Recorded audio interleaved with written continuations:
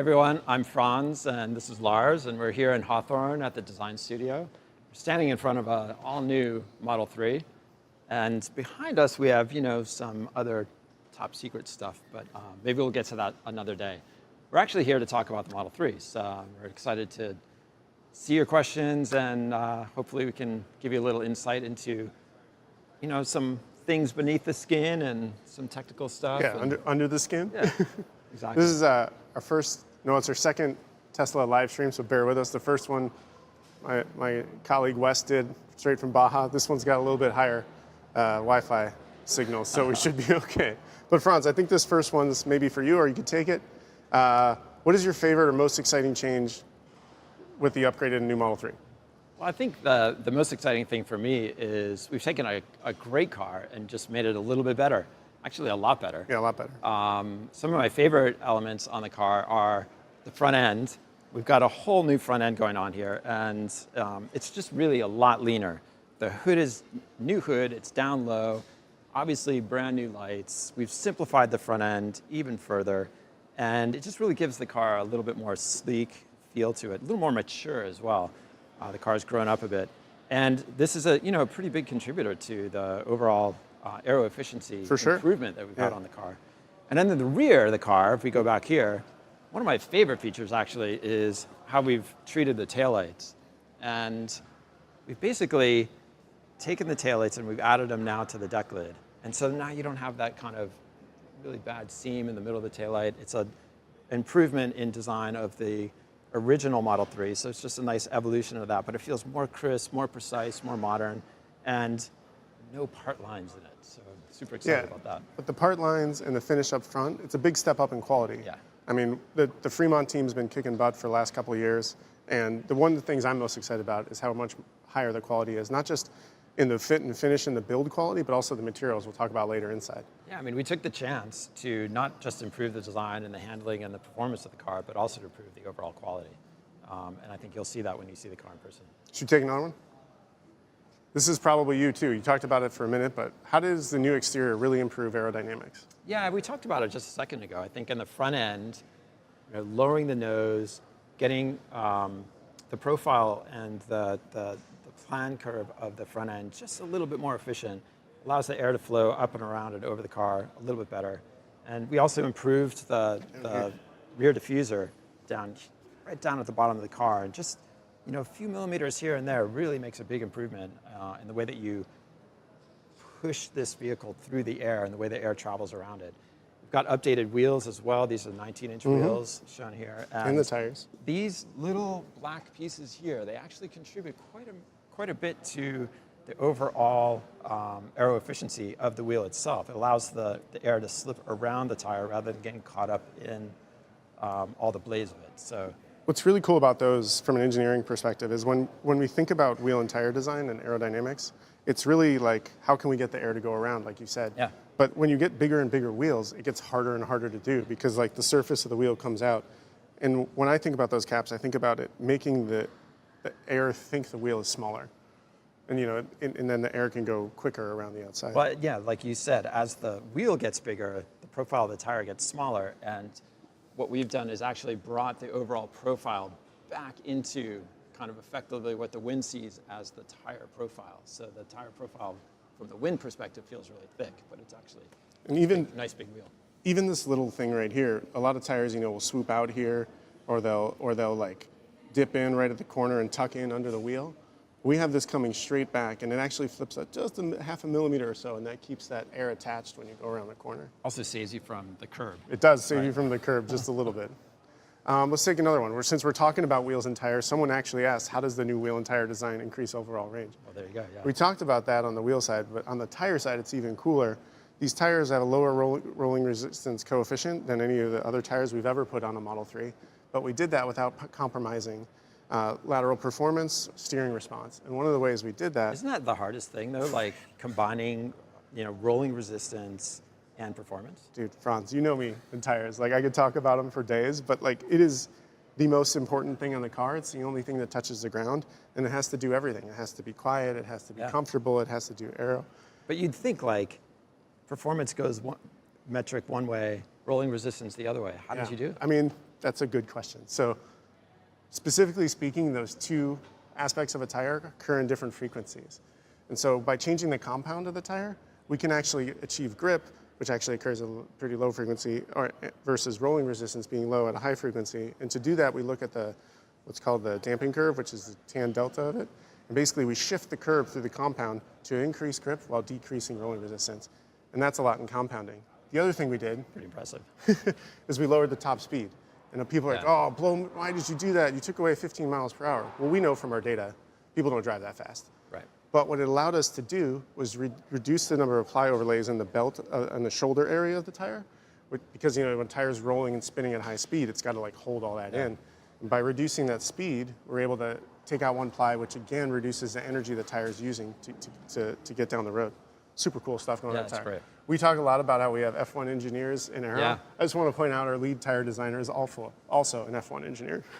That is true. I mean, Lars mentioned that. Right in our studio, on the other side of the wall, we have a lot of former F1 engineers working together with our designers to just help us with the aerodynamics and improve the overall efficiency. And efficiency is what equates to better overall livability of the product. You can go farther on the charge, et cetera.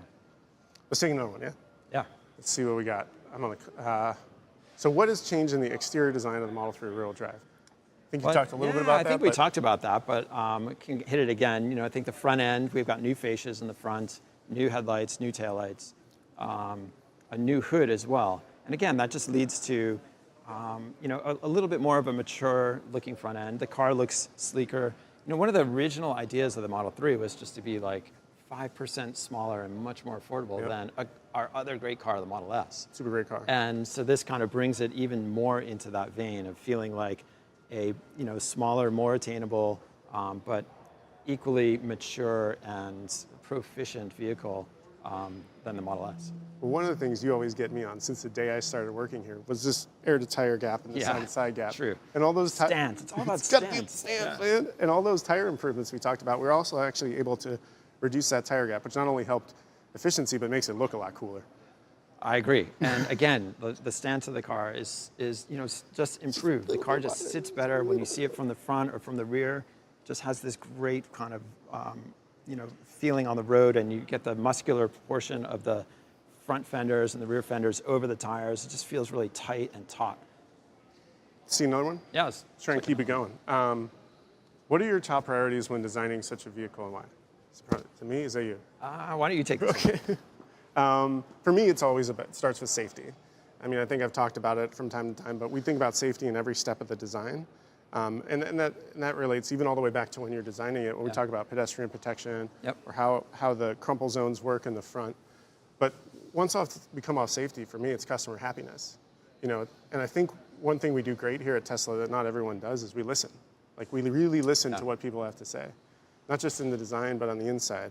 We made it quieter, we made it more efficient, we improved the ride comfort without sacrificing the handling, and those were all feedback from our customers. And that didn't make the car look worse. Actually, we were able to make the car look better. That's magic. All new interior, which and the premiumness, really. Yeah, we upped the premium. We are packaging in all those things that make you safe as an occupant. The airbags everywhere in the car. Yeah. The restraint systems, and they don't feel like they're encumbering you or making the car worse. I think we do a good job working together. Our teams really do a good job making that all work. Of course, the other thing is the best accident is no accident. Sure. And this is coming now with our 4th version of our autopilot system, higher resolution cameras. But what that also means is our active safety systems are even better than they were before, which is pretty cool. Should we keep going? Yeah, let's go. Next one. What are some of the active safety features of the car? Well, there we go. Look at that. I honestly didn't know that was the next one. So they all come standard. This is one of the questions here. Do they come standard or customers need to pay for them? We believe safety comes first, and that means all of our cars get every safety feature we can think of. That means lane keeping, side collision assist, automatic emergency braking. Back in December, we launched cross-traffic emergency braking. So when you get those features with a Tesla, you're really getting something more than what other people have. A lot of people like to say, well, my car has automatic and emergency braking. But all automatic emergency braking is not the same. With our awesome autopilot system and with the camera that we use, we can actually see farther left and right and stop more cross-traffic events than most other people. And what's even cooler is we're continuing to look at the data as it comes in. So if we find a hole in our system, we update it. Yeah, we improve it. When you buy someone else's car, whatever you get is what you get. Yeah. All right, I'll get the next one. Okay. Is it true that the battery pack is built to enhance the safety features in the car? Well, I would say yes is a simple answer, but the reality is the battery is an integral part of the structure of the car. We all know it's sitting down low right here. It's really between the rocker here and the floor. It helps us really with the backup structure of our safety systems. You know, it provides a stiff object as well as transferring energy through the battery pack to absorb all of those frontal crash energies, but it also makes it stiffer in torsion. Yeah, what is that torsional rigidity? Why is that important? So, yeah, it's a good question. I talk about that a lot, but when you're in the car and you sort of want it to respond, it's about how the load transfers from that initial steering response on the outside wheel all the way through the car to the back. And if you can imagine it as like a series of individual things attached together, the stiffer they're attached, you know, if you had a really big piece of steel, that response from the front to the rear axle would be super quick. On the other hand, if you twisted a piece of paper, it would take a long time for that back, and it might never happen. And so that torsional rigidity not only makes the car feel, you know, more responsive, but it also adds this sort of solid, you know, kind of luxury feeling to the car that you get a lot of thudding and you know, when you're hitting impacts and stuff. So it's a critical thing we always look at. And I mean, you feel it when you drive this car. For This sure. car just One of the feels first really things you feel. solid. It's quiet. It just feels really stiff. It feels like the body doesn't have to do any work because the the suspension. suspension's doing all the work. Yeah. Yeah. Cool. Going on this, we got another question. Can you explain the platform safety architecture? So we're talking a little bit about that. I think, you know, when I think about safety at Tesla, I think that it comes first in our design, the best accidents, no accident, and then we've been talking about this data-driven approach. But I think moreover than that, like we have an architecture that allows for like a really, with the battery, as we were describing, a really, you know, isolated, rigid occupant cabin. And then all of our energy during an accident is absorbed up here in the front. And then we also protect you from the side. The door structure on the new Model 3 is actually a result of our field data and trying to improve side impact by you know, looking at accidents that occurred in the field and realizing that, you know, one thing we can't stop too often is somebody hitting you. Right. And so we really wanted to improve that. It's really got a great door structure for that. So, I mean, it's really all about protecting the occupant, and I think it goes, you know, it goes all over the car. Franz does a good job helping us with that. You know, you wouldn't know by looking at this that it's got a massive crumple zone, and it's even got like 120 millimeters of extrusion in the side of the battery pack there just to absorb energy. Again, it's important to know that you're inherently safe. It's the lowest probability of injury in any cars in a Tesla. So why would you put your kids in anything else, right? It's all my family drives. But you know, I think it's a lot of the effort from the team to get to a great looking car that is also the safest car. Yeah, I mean, I think people buy products because they, you know, they want them to look good, and I think that, you know, they also want them to be safe. Yeah. And so we want to make both of those things happen. That's like your priority and my priority. Yeah. What another question? We put our families in them too. Yeah, so. exactly. All right, let's keep going. Will it qualify for the tax credit in the near future? Well, I guess I can be a salesman for a minute. Current Model 3 starts at $38,990. We actually have a lease price that starts about $329 per month, and that when you lease a car, we now have that credit of $7,500 that is incentive that's distributed over that payment, so you're getting money back every time you're paying it. So it does qualify at that base price. And really, like, you know, that's something we're always working on, is trying to work within the countries we work in, not just the US, but in China and Europe, and making them locally to really try and promote the economy and you know, qualify for whatever incentives those regions are offering. Yeah, and we listened to you guys, the customers, and you know, we took it to heart, and we tried to make the interior space just much more premium. So I think even at this price point, we're getting an incredibly, you know, premium vehicle with ultra suede and new textiles and just, you know, updated seats. It's an all new interior, and it's kind of takes the theme of the original Model 3 and just improves on that. And I mean, I think this all speaks to the next question we got, which is why is it important that these cars are as affordable as possible? It's the mission. Yeah, our mission, exactly. I mean, we came here, Franz, 15, 16 years ago, me a year behind you, and like the mission has always been to democratize the EV. How do we get more of these cars into people like you's hands and really just like, I think the first thing you have to do is make a great car. Make a great car, make it affordable. That's it. Two things, really. So, This one's a really detailed question. You should take it. Okay. I'll read it and you go ahead. All right. We're curious about the battery details in the upgraded Model 3 between performance, rear-wheel drive, long range. Are we looking at 2170s, LFPs, 4680? I mean, this is really a question for you, I think. But I'll go. That's fine. I'll take it. Well, we have all different kinds of batteries in our pack and our vehicles across the globe. Our standard range Model 3s come with LFP, lithium iron phosphate batteries. That means you can charge all the way up. We do that because, at that lower price point, we want to make sure that you can use the full range of the battery every day. It's up to 272 miles now. And I think that one thing that's important is, in the rest of the world, people, when this car came out, were like, oh, the range went up 10%. yeah.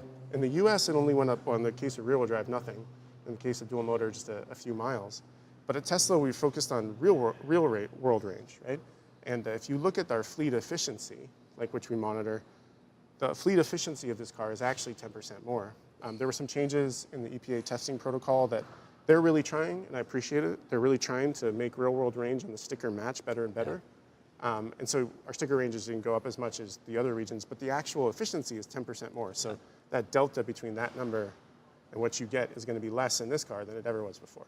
I think it's important to note that we have an incredible supercharging network too. So, I think there's almost nowhere in the United States where you can't reach a supercharger. No, definitely not. Especially with 272 miles of range. So, I think as we continue to expand our network, then ultimately range becomes less of a thing. You're never going to be stranded.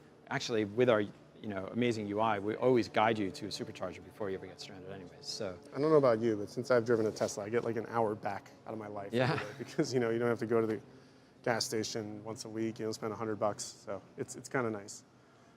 Let's keep going. let me ask this one. Okay. How will the battery last over time? We get this question quite a bit. Are Yeah. there any warranties that are included as standard? So our warranty is 8 years and 100,000 miles, whichever comes first. And we've been doing that for a long time now. And we do that because the battery is really designed to outlast the car. Yeah. When we started the Tesla, we were like, okay, well, people, you don't want to maintain your cars, you want to deal with it. And the battery is one of the things we thought about. Of course, all lithium-ion batteries at some point lose some little bit of range over time, but we work to minimize that by monitoring the temperature of the battery and make sure when you're charging, you're keeping it at a nice constant temperature. And I mean, if you look at the stats, like from external, third-party people, they always say our batteries perform the best over the life of the car. They're not losing like 30% range. They're losing like single digits, maybe 10% over, those 8 years. It's pretty good. Yeah, it's amazing. Okay, let's keep going. Are there any elements of the car that can help with the range? Well, we talked about a lot of these already. We did. We covered it. I think the aero efficiency, I think a CD of 0.219. 219. So it's like the lowest efficiency. It's the lowest overall drag. Exactly. Right? So CDA, drag is drag times area. Model S is technically slicker, right. 206, but it's a little bit bigger. Right. So it has a little bit more drag. CDA is a little bit bigger. Yeah.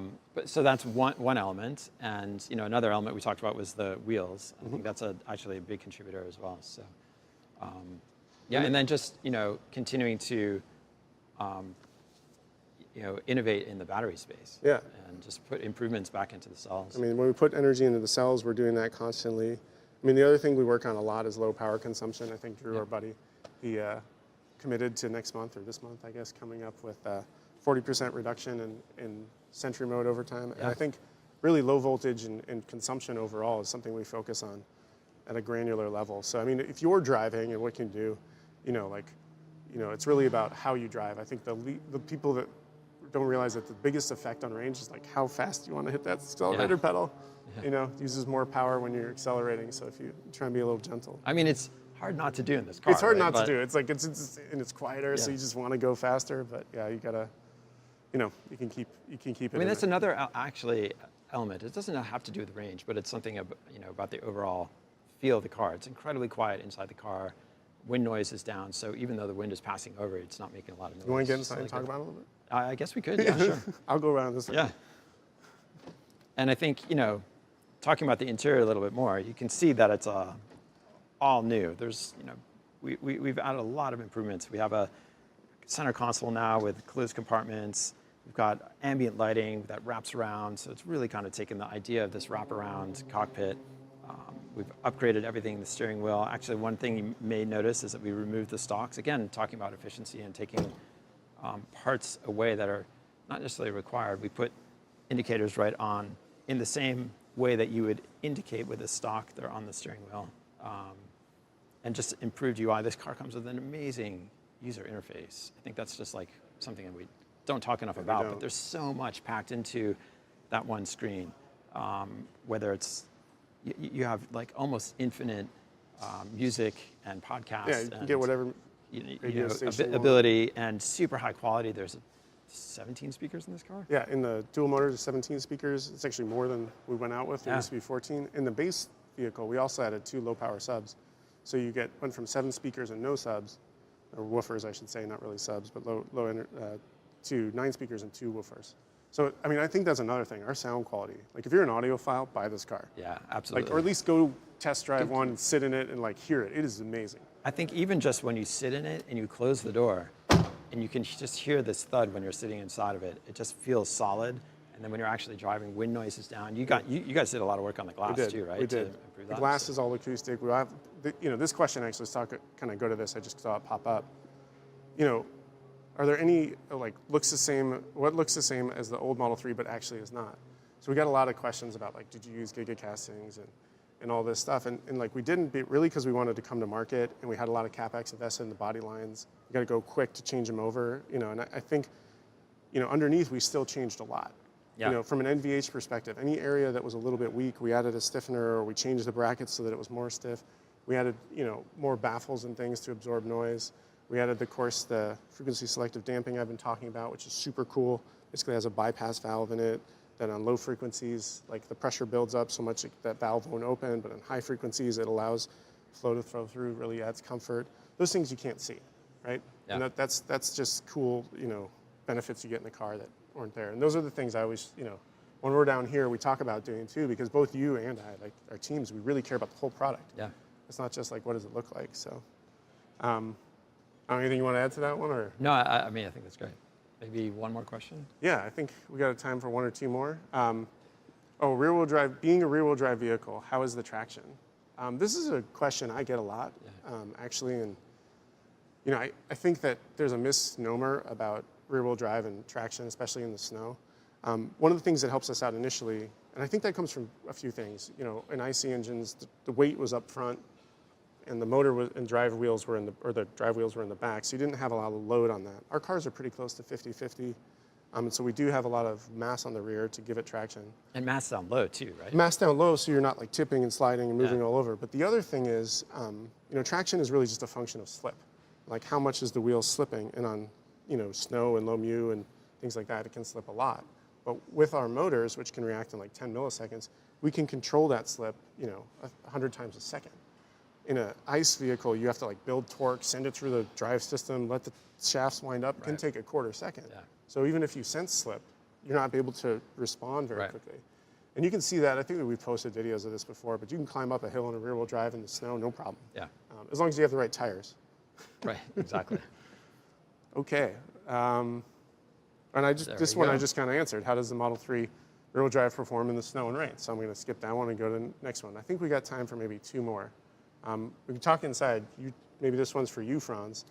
We talked a little bit about the ambient lighting, but why did you decide to do that? What inspired you to go with it? Well, I think the thing that we wanted to just really improve on was the overall cabin ambiance. And I think, we had this theme of really the cockpit kind of surrounding you, and we just wanted to enhance that with lighting, which actually you can configure on the screen with just a button. So any color, whatever your preference is, it could be yours. So you can really change the mood of the interior as your mood changes, if that's how you roll. But I think it was just, really about elevating the overall experience. I think it adds to the premiumness inside. It does, all the other materials. Exactly, and I think that combined with what Lars said, the textile, the improved air blade system for air delivery, the HVAC system, which is kind of a magical experience. It's invisible.